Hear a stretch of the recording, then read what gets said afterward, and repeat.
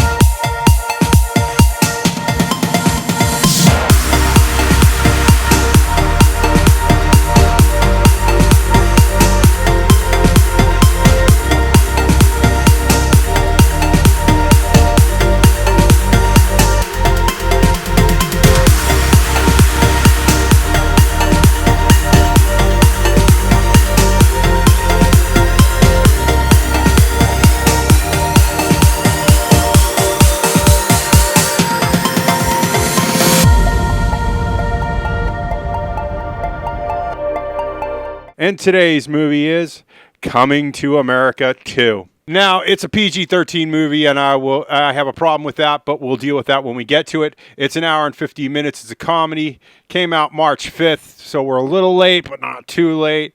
It's from director Craig Brewer. He did Black Snake Moan, if I remember correctly, which I loved, but that was a different story in a different time. Eddie Murphy did the writing on this based on his characters. Dave W. Barrison, Dave Shetfield, Austin Cano, Kenny Barra, and Dave Shenfield did a lot of the screenplay on this. If I remember correctly, the first movie was Eddie Murphy and I think maybe two other writers. And this is my problem. Too many people writing, too many ideas of what a story should be, and then it ends up like this. But we got a lot of other things to cover before we get into that. Our cast, first billed only because you don't want to listen to me read names all day, is Eddie Murphy, Arsenio Hall, Jermaine Fowler, Leslie Jones, love her, Tracy Morgan, love him, Kiki Lorraine, Sherry Headley, and Wesley Snipes. James Earl Jones is in this, along with quite a few other people. And I don't want to go further down the rabbit hole because names, Our production companies were Eddie Murphy Productions, Minister Films, New Republic Pictures, and Paramount Pictures. Our distributor here in the good old United States of America, God bless America, land that I love, was Amazon Prime, you know that. Special effects were done by Prosthetic Renaissance, Industrial Light and Magic, part of the Trinity, Lola Visual Effects, Crafty Apes, Thin Film Optics, and Industrial Pixel VFX. A lot of really good names here for a film of this quality, and you'll understand why in just a minute. Okay, so it's my thoughts on the film. One, I hate this when it's an eye chart of people who are writers on this, and it was beautiful. Eddie Murphy was on top. He had all the charisma and the body posture and everything to be a comic. And there were throwbacks to other movies that he did with other people in that movie. And this just doesn't have that. Eddie Murphy, Arsenio Hall, and Wesley Snipes, they're trying to do a physical comedy game, and they just don't have it. You can see the body posture is just not there. That swagger, it's just not there. They're struggling. And I think people notice this. I just don't think this translated well from an R movie to a PG movie. Even if it is PG-13, I just don't think the jokes translate well. You can't say the same things in a PG movie that you can in an R. And it has nostalgia, but it doesn't have that good nostalgia. And they have this character, Jermaine Fowler, who plays LeVar Johnson. I like him, but I don't know him. And it was Eddie Murphy that really sold the original picture. It was his comedy styling and his swagger and charisma that sold this. And Jermaine Fowler, I don't know him. I don't have that full connection with him. It's like Leslie Jones, Tracy Morgan. We've seen them all before. We've seen their stand-up. We've seen their movies, even the bad ones. And, we knew who we were getting in with, and Jermaine Fowler is just very unknown to me. And it's frustrating because you want to connect to these characters and you love them because you've seen the original movie and you loved the original movie, but I can see where people are frustrated because nostalgia can't carry everything. I feel bad for all the people who are involved in this, all the people who went through all the choreography and everything, because it's a visually beautiful movie. I'm not going to blame that. It's writing. Why are we struggling so hard to have 3 or 4 different people write one movie? I don't know what else to say. I want to see what CinemaSins thinks because it's a 5.4 on IMDb out of 10 and a 50% on the tomato meter with a 43% audience score. Nostalgia can't carry everything, people. And I like this movie. It has its moments, but it just, and it has its moments of levity. You're going to like it. You're going to enjoy it, but it's going to leave you feeling hollow. Like them semi-hollow chocolate bunnies at Easter or something like that, It just doesn't have the same punch that the original Coming to America. I feel like they shouldn't have called this Coming to America 2. They should have called this Coming to Zamunda or Coming from America, which that would have been even better title, I think. I think people would have understood that better. With that said, it's a definite TV watch. I'm going to definitely say that because with the worldwide ick as it is, I'm probably going to want to watch this on TV eventually, probably around the holiday season, just for something different.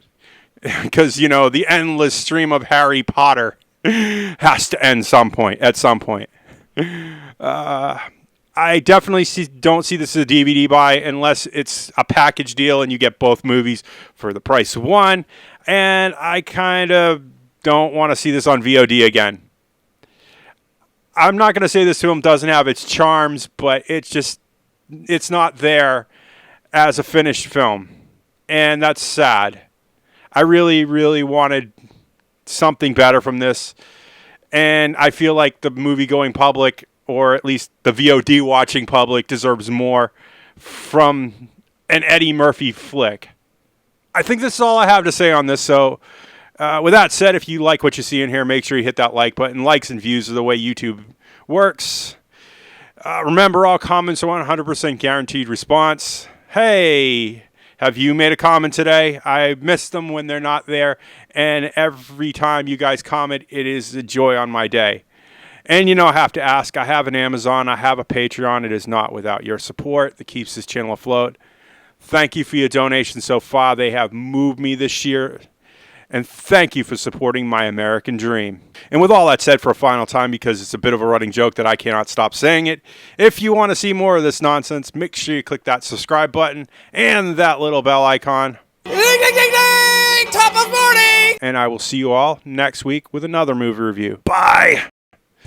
I love Eddie Murphy, but he just doesn't have that physical posture. Him and Arsenio Hall should do what is it? Grumpy Old Men with him and Arsenio Hall and Wesley Snipes, just for the honest truth of it.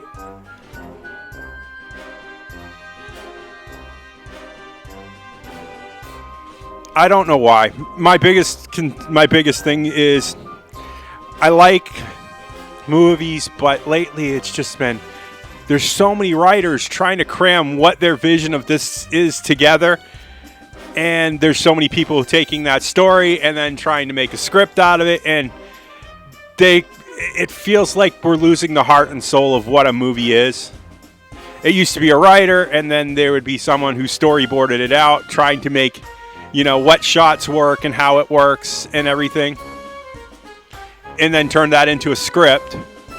And then we had a director, and it was cool, but we're just losing that.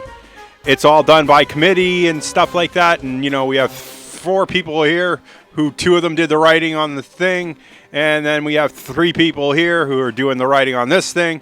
And by the time we get it, it's not the same story that you started out with, if you know what I mean.